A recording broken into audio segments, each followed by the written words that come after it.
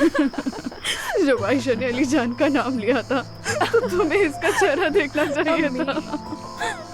एक एक करके पहले हमने बड़ी बेटी को खुश किया ना हमने। जी वाह, देखो कितना अच्छा बाप हूँ मैं, बहुत। सच में। बाबा आप तो खुद ही अपनी तारीफ करने लगे हैं, आपको हमें इसका मौका देना चाहिए। ये तो सच कहा। बेटा अब तुम क्यों हंस रही हो? कभी कभी आप बहुत हंसाते हैं पापा। कभी कभी। ये भी सच कहा है बिल्कुल। एक मिनट, ज्यादा मजाहिया कौन है, मैं या बाबा? पापा। हाँ देखा तुमने। माफ कीजिएगा। सारा क्या बात है? सारा आराम से, क्या हुआ? अच्छा ठीक है, जितना तुम घबराओगी उतना वो भी घबराएगा। पुरसुकून हो जाओ, मैं आ रही हूँ, पहुँच रही हूँ वहाँ। अच्छा बाय। क्या हो गया? असगर उजैर को सारा के पास छोड़ गया था, वो अपना फोन भी नहीं उठा रहा। उजैर घबराया हुआ है, मुझे जाना होगा वहाँ। हाँ बेटा ठीक है, मगर हमें खबर कर देना। जी जी बता दूंगी।